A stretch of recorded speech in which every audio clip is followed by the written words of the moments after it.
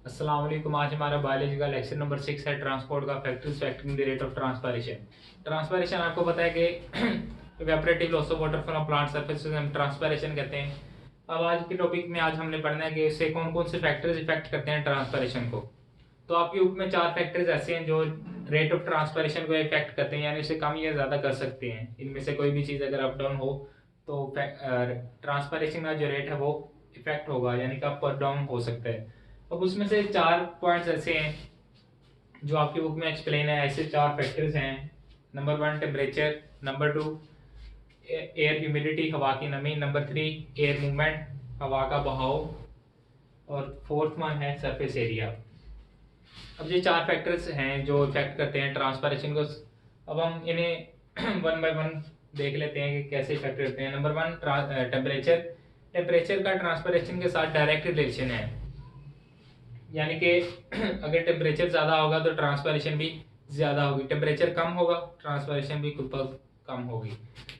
अब टेम्परेचर कैसे ट्रांसपायरेशन पर इफेक्ट करता है? ट्रांसपायरेशन क्या है? Evaporation of water. इवेपोरेशन क्या है? जिसके अंदर जो बॉन्ड टूटते हैं। अब देखें, टेम्परेचर जो है वाटर मॉलिक्यूल्स की काइनेटिक एनर्जी को ज़्यादा कर देता है। काइनेटिक एनर्जी ज़्यादा होती है तो उनके बॉन्ड्स टूटते हैं, हाइड्रोजन बॉन्ड्स। उस वजह से वो वेपर्स बन के रिलीज होने लग जाते हैं, यानी कि वेपोरेशन होती है। इसी को हम ट्रांसपायरेशन कहते हैं। तो टेम्परेचर का आपको पता लग गया कि ट्रांसपायरेशन पर कैसे इफेक्ट करता है। अब एक पॉइंट है कि temperature doubles the transpiration with every rise of 10 Celsius, यानी कि टेम्परेचर में हर 10 सेल्सियस पर ट्रांसपायरेशन डबल हो जाएगी। यानी कि 0 से 10 पर आया टेम्परेचर तो ट्रांसपायरेशन डबल, 10 से 20 फिर डबल। लेकिन इसकी एक लिमिट है, एक एंडिंग पॉइंट है इसका, वो है अगर टेम्परेचर बहुत ज़्यादा ना हो, 40 टू 45 सेल्सियस तक जब टेम्परेचर जाता है तो वो स्टोमेटा को क्लोज कर देता है, यानी कि उसकी वजह से स्टोमेटा बंद हो जाता है। जब स्टोमेटा बंद हो जाएंगे तो अल्टीमेटली ट्रांसपायरेशन खुद ही बंद हो जाएगी। अब उसके बाद सेकंड जो हमारा फैक्टर है वो है एयर ह्यूमिडिटी, यानी कि हवा के अंदर जो नमी है वो कैसे इफेक्ट करती है। अब एयर ह्यूमिडिटी का ट्रांसपायरेशन के साथ इनवर्स रिलेशन है, यानी कि अगर ह्यूमिडिटी ज़्यादा है तो ट्रांसपायरेशन कम होगी, ह्यूमिडिटी कम है तो ट्रांसपायरेशन ज़्यादा। अब देखेंगे ये कैसे इफेक्ट करती है। अब आपको पता है कि water flows from higher concentration to lower concentration, यानी कि जिस तरफ इसकी कंसंट्रेशन ज़्यादा है वो वहाँ से कम कंसंट्रेशन की तरफ मूव करेगा। अगर लीफ के बाहर ह्यूमिडिटी ज़्यादा है तो वो उसकी जो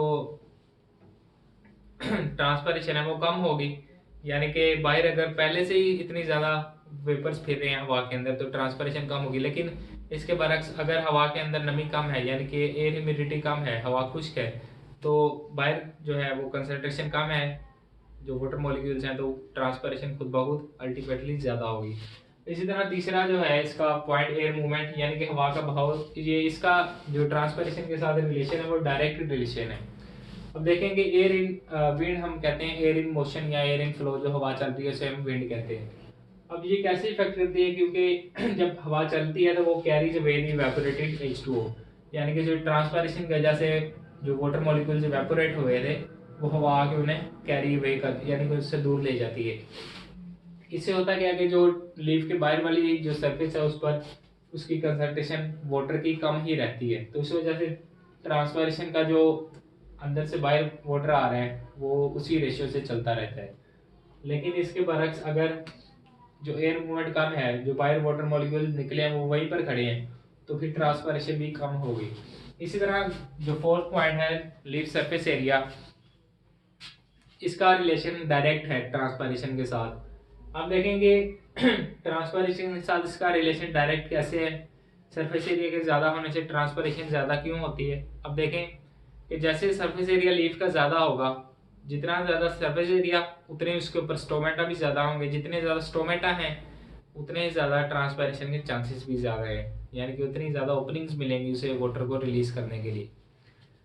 अब इसे एक मिसाल से समझेंगे, अगर आपने कोई लिक्विड को कूल डाउन करना है, मिसाल के तौर पर चाय को ठंडा करना है, तो उसे आपने 2 कंटेनर्स में डाला है। एक आपने कप के अंदर डाला है जिसका सरफेस एरिया कम है, एक जो है वो प्लेट के अंदर आपने डाला है जिसका सरफेस एरिया ज़्यादा है। दोनों के अंदर चाय है सेम ही है क्वांटिटी में। अब आप बताएंगे किसका टेम्परेचर जल्दी कम होगा, कौन सी चाय ज़्यादा जल्दी ठंडी हो जाएगी? तो जाहिर सी बात है जो प्लेट में है। क्यों? क्योंकि इसका सरफेस एरिया ज़्यादा है। सरफेस एरिया ज़्यादा होने से क्या होता है कि जो वाटर मॉलिक्यूल्स हैं उनके पास जो मौके हैं वो ज़्यादा हो जाते हैं इवेपोरेट होने के, तो उम्मीद करते हैं कि आज का जो लेक्चर है वो आपको समझ आया होगा थोड़ा बहुत। इसे हमने उसके साथ कंटेक्ट करते हैं, ट्रांसपैरेशन के साथ। तो इंशाल्लाह अगला जो लेक्चर है वो हमारा है नेसेसिटी ऑफ ट्रांसपैरेशन। अल्लाह हाफिज़। 5 जूनियां दी बनी है।